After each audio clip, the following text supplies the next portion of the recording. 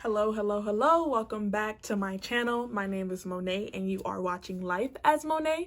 Today, I am bringing you guys a book review for two books that I recently read that actually have so much hype around them. And that is going to be Children of Blood and Bone and Children of Virtue and Vengeance.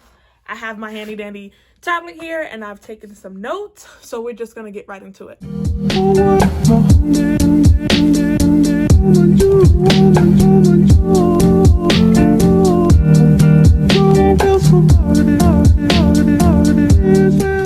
Children of Blood and Bone was released in 2018 and it is written by Tomi Adeyemi. I don't know that she has any previous really major book releases. I believe this is her entry novel. This is the first book that she's really written, and for her first book she decided to write in young adult fantasy. This book had so much anticipation and hype around it that Tomi actually got a movie deal before the book was even published. So we know for sure that these books will be turned into a movie. I'm actually super excited about that because in the books there is so many graphics and she describes things so well that I'm actually very excited to see how, with technology and the way that things are today, they can really make these things come to life and it would look super Black Girl Magic, last Avatar-ish, and I'm all for it. So we're going to review Children of Blood and Bone first. When I first read this book, I read the synopsis for it and I was like, I don't know, because I could tell that she was going to try to incorporate a lot of issues in the Black community, not just the Black community, because this book is actually more African based than anything, but she was going to address a lot of the issues that we deal with today, and then also make it a fantasy book, which includes magic and powers and stuff like that. So I was like, I want to see how she's going to incorporate these two. We're jumping into Blood and Bone, and basically there's this world that I'm guessing is in Africa. There is a lot of African incantations within the book, so I actually had Audible to read them to me as I was reading the book because I was like, I cannot pronounce any of these, and if my ancestors could just come and whisper these into my ear so I can understand what they're saying, that would be great. And she does a really good job of, she'll put like an African incantation and then someone will repeat it in English, so you kind of get the gist of what they're chanting or what they're saying, and that helped me out a lot.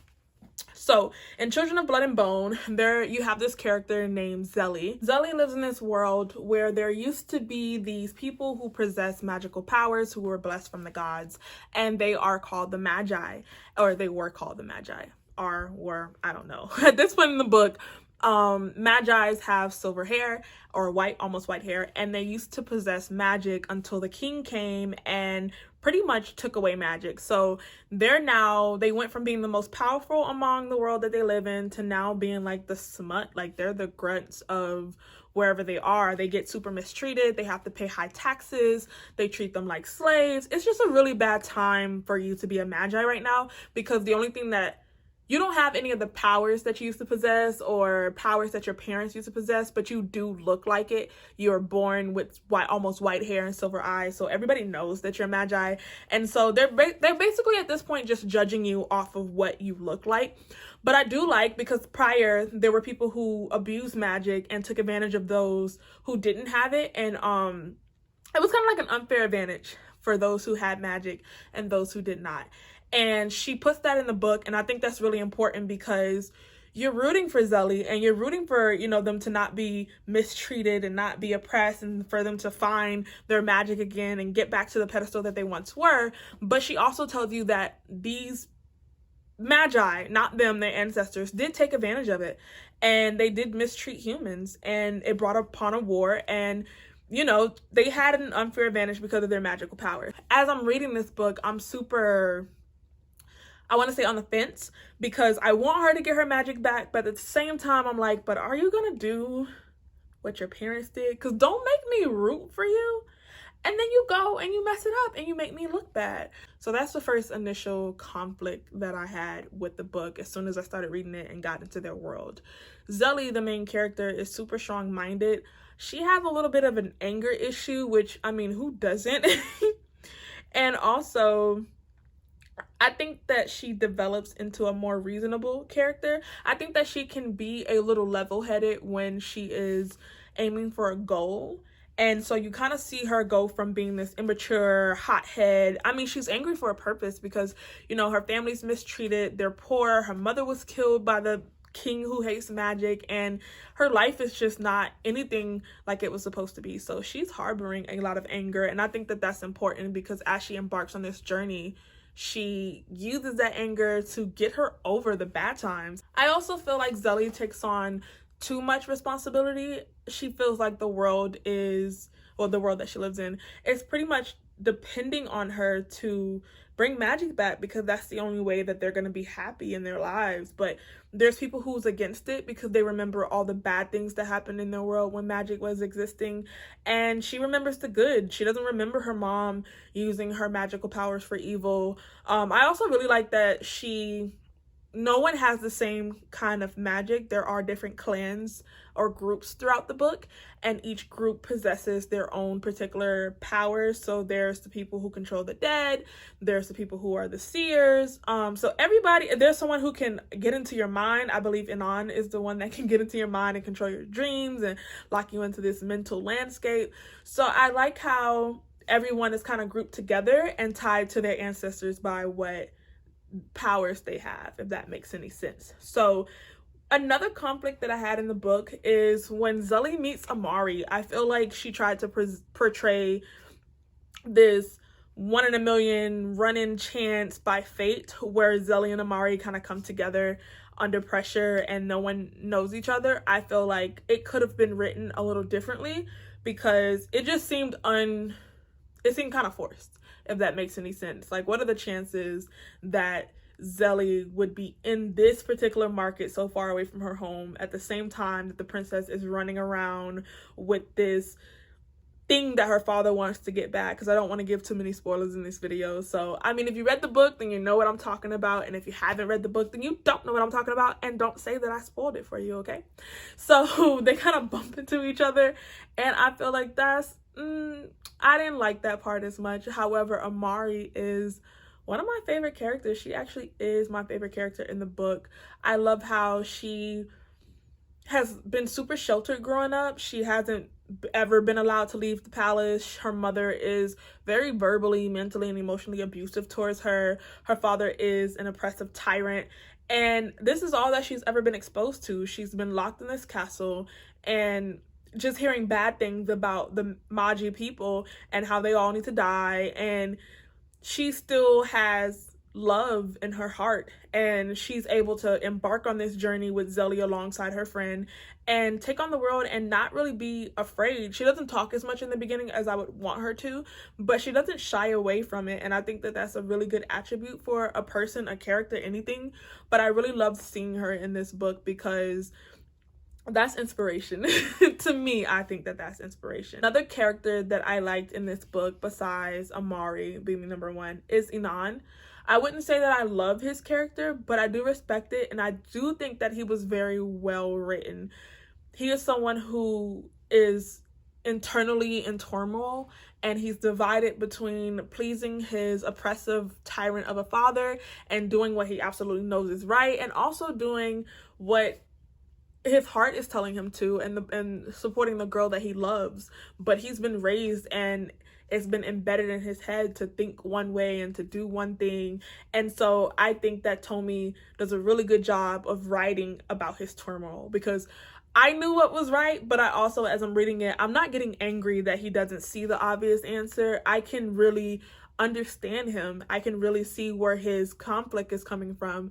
And I think it's hard for writers to really do that, to have almost like an antagonist in a book, and it takes a while for them to grow on you. It takes a while for you to understand them. And I want to say throughout this whole book, I really understood what he stood for. Even though he didn't make the choices that I would have wanted him to, I liked his character development. I also really liked how Tomi displayed the brother-sister relationships in this book, because Zane, although I don't like him as a character, I feel like he's a little short-sighted, and he doesn't have much depth to him. Zane is just super loyal. He's all about protecting his sister, and I mean, that's all there is to it. He kind of has a crush on Amari. Sometimes he makes a move, sometimes he doesn't, but I would have liked to see him come into his own And I didn't see that in book 1 or book 2. I actually saw less of him in book 2. The most I saw of him was the conflict between him and his sister Zelly. So I think that the relationships in these books between family members are super complex and super important, because you really get to understand the weaves and the threads of how they're all tied together. And it's not a perfect relationship. Tomi does a good job of explaining how things can get messy. Everybody wants to do the right thing for the world or the country that they live in, and they want peace. Everybody's aiming for peace, and they just have different views of what that peace looks like. And with Zelly being the hothead, angry, go do something crazy kind of person she is, and her brother's always chasing behind her, kind of like trying to clean up her mess, I would have liked to see a little bit more from him than him just kind of chasing her around like he did in book 1 and book 2, or crushing on Amari in book 1 and book 2. Hopefully in the next book, I'm guessing it might come out next year, he will have a little bit more going on with him, because right now he's kind of just like a placeholder of a character in my mind. But the relationships that they have are really good. I will say overall, book 1 was really good, really enticing. I didn't have anything in mind for the ending, so I kind of just read the whole book without assuming or coming to conclusions, and just kind of taking note of what was going on and how they were interacting with each other. So with me having an open mind, I ended up enjoying the book really well. Now, going into book 2, Children of Virtue and Vengeance, that was a little hard for me to swallow. I'm not gonna lie to you. I had no idea what to expect going into book 2. I assumed that going into book 2, she was going to talk about what the world looked like once they got their magic back. I thought Zelly was going to have a lot of conflict, within herself. She was the hero, the protagonist in this story. She went and did the impossible. She did the unthinkable. So in book number 2, I was expecting her, I guess, to have a lot of interpersonal conflict like Anon did. And she didn't have that as much. So book 2 took a different turn. Not that I didn't enjoy it. It was just one of those things where I was like, what is going on? Because all the characters were doing, they have all lost their damn mind. I'm just gonna be honest with you. They all lost it. Zelly wasn't doing what I would like her to do. Amari, who's my favorite character, she has really, I wouldn't say gone to the dark side, but in the first book, her character development is about coming into herself and pushing, not only believing in what she knows is right, but pushing for what she knows is right and standing for what she believes is right. And it worked out in her favor the last time, and they ended up having a success. And so now she's still in that mindset where she's like, I need to push for what I know is absolutely right. And it clouds her vision so much so that she kind of becomes an antagonist at one point in the book, just because I guess in her mind, I need to do the extreme. And honestly, almost everyone does the extreme in the book. Zelly is more so blood hungry to get vengeance on the death of someone who was very, very close to her. She's full of hatred. Like, Zelly is just full of hatred and virtue and vengeance. She wants her vengeance. And they're all still trying to figure out how magic fits into the world that they live in, because magic didn't solve any problems. If anything, it actually created more problems. And I think that goes to show that magic was never really their issue from the beginning. The king felt like magic was something that had to go in order for his people to live in peace and harmony, but then he instilled so much hatred and so much prejudice and stereotypes into his people against the Magi. And now the magic is back, the hatred is still there more than ever. People want vengeance because they've been kept down for so long, they've been mistreated for so long, and now they're coming into themselves, they have their magical powers back, and everyone's angry and they're just kind of tearing apart the land. And all of the characters at one point decide that they all need to do something drastic at the same time for everyone to hear them. No one's really listening to the other person. I think that back to character relationships, I've noticed in her writing, Tomi does a really good job of, again, character developments, character interactions. She showed you how they built their bond, how they built their love, how they built their trust in Children of Blood and Bone. And now it's being put to the test in Children of Virtue and Vengeance. Everybody is at each other's throats. Zelly and Amari was on their way to almost becoming sisters, and now they're at each other's throat. Zelly and Anon was in love, and now she wants his head decapitated from his body. Zane is frustrated with between always following her around, and he's also frustrated over the stuff that Amari's doing. Amari's not this girl that he fell in love with in the first book. She's taken a turn for, I guess, better or worse. I'll let you guys decide. But he, again, not as much depth as I want him to have. The only frustration he has in this book is between his sister going crazy and Amari going crazy, and he's just kind of there. And then Anon, again, one of my favorite characters as far as development, because you see the conflict that he had in the first book. He's learned his lesson. He's on this road to redemption, but he still has a little bit of that conflict inside of him due to another parent influence. And so it just goes to show that when you have generations of a mindset pushed into you, it's hard to get rid of it completely, especially when things aren't going according to plan. It's easy to look at something and be like, you know what, I was wrong. But when you have truth and lies kind of mixed in together, it's really hard to decipher between what is a lie and what is truth and where your moral compass should lie. This book is really a gray area for Anon. And so in the first book, he knew for sure, this is right, this is wrong. And he still made his decisions based off of the way that he was raised and the mindset that was instilled in him. But in Virtue and Vengeance, it's gray. It is muddy. It is messy. It is dark. It is cloudy. And now he's kind of moving his way blindly. And he doesn't know, and he's so conflicted. But she does a really good job, again, of displaying that. And so I enjoyed reading from his character's point of view. I enjoyed seeing how he reacted throughout the book. More so now, especially because I was so angry with the way that Amari was acting. So maybe my character changed a little bit. I admire his respect, I admire his loyalty, and I admired his redemption in this book. Now, the way that the book ended threw me off. I did not expect the ending. It was like, wait, what?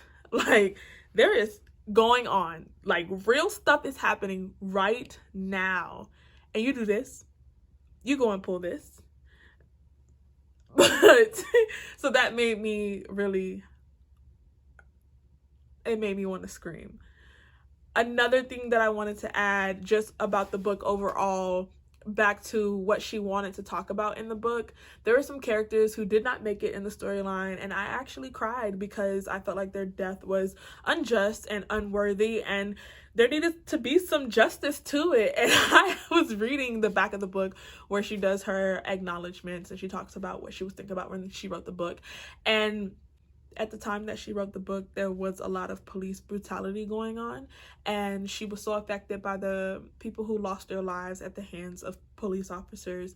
And so she wrote that into the book, and it hit me even more because these characters, I felt for them. I was actually sad for them. And so then to just learn where they were based from hit me again. It was like a second home run where I really, really appreciated that. I really like how she made this book, even though it's like a fantasy. It is super urban. It is super relatable, especially to me as someone who is African American. I can see all of the things that she put in this book to talk about everything that we're dealing with, everything that we face today, and it's still serious. She didn't flip it to where it seemed more lighthearted. She didn't make it easier to digest. She didn't make it easier to swallow.